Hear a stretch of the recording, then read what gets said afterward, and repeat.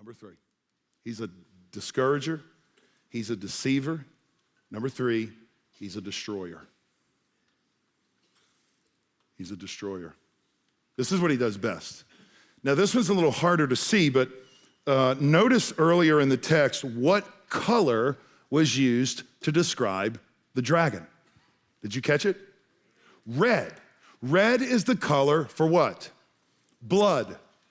Now, Jesus told us that was the agenda of Satan. He gave a threefold plan. He said, Satan comes to kill, steal, and what? Destroy. And we have to put ourselves back into the first century context.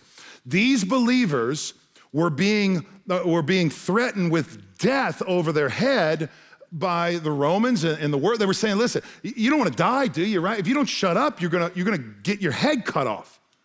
Like, if you say Jesus is Lord and Caesar's not, you're gonna die and go to jail, and you don't wanna do it. So death was crippling to the believers, and they were being used, it was used against them to persecute them. Now, I realize in America, thank God, we don't suffer physical death most of the time for what we believe.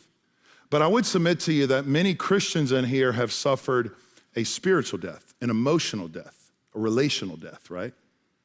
How many of you, when you came to faith in Christ and got on fire for the Lord, how many of you lost, or how many of you had family members cut you off? Anybody?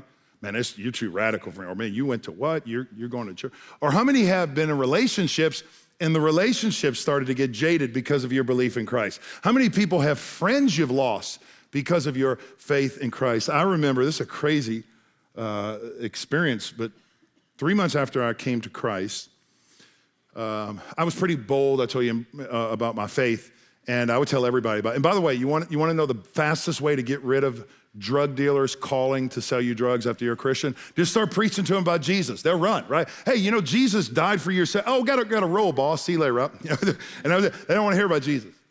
But it didn't sit well with them because I was so far into that world, and they knew me. And when I told them, not only am I not doing drugs and I'm sober, but I'm a Christian, and by the way, God's called me to be a preacher, like they didn't buy it. They're like, come on, man, like you come up with another. And I'm like, no, I don't even know what that means, but I'm gonna be a preacher. And they didn't have a category for that. And so I remember one of the guys, the word around town was, Gallaty's working for the police. Because that's the only thing they could figure. They're like, there's no way you're like, come on, man, you come up there. You are an undercover agent. You are now a snitch for the police, right? You can ask my parents, they're probably watching, but we were out eating one day at a restaurant, and I had a Mustang back then, and I remember coming out of the restaurant, and that Mustang was keyed front to back, top to bottom, and it was a clear message, and I got it to me, don't mess with us.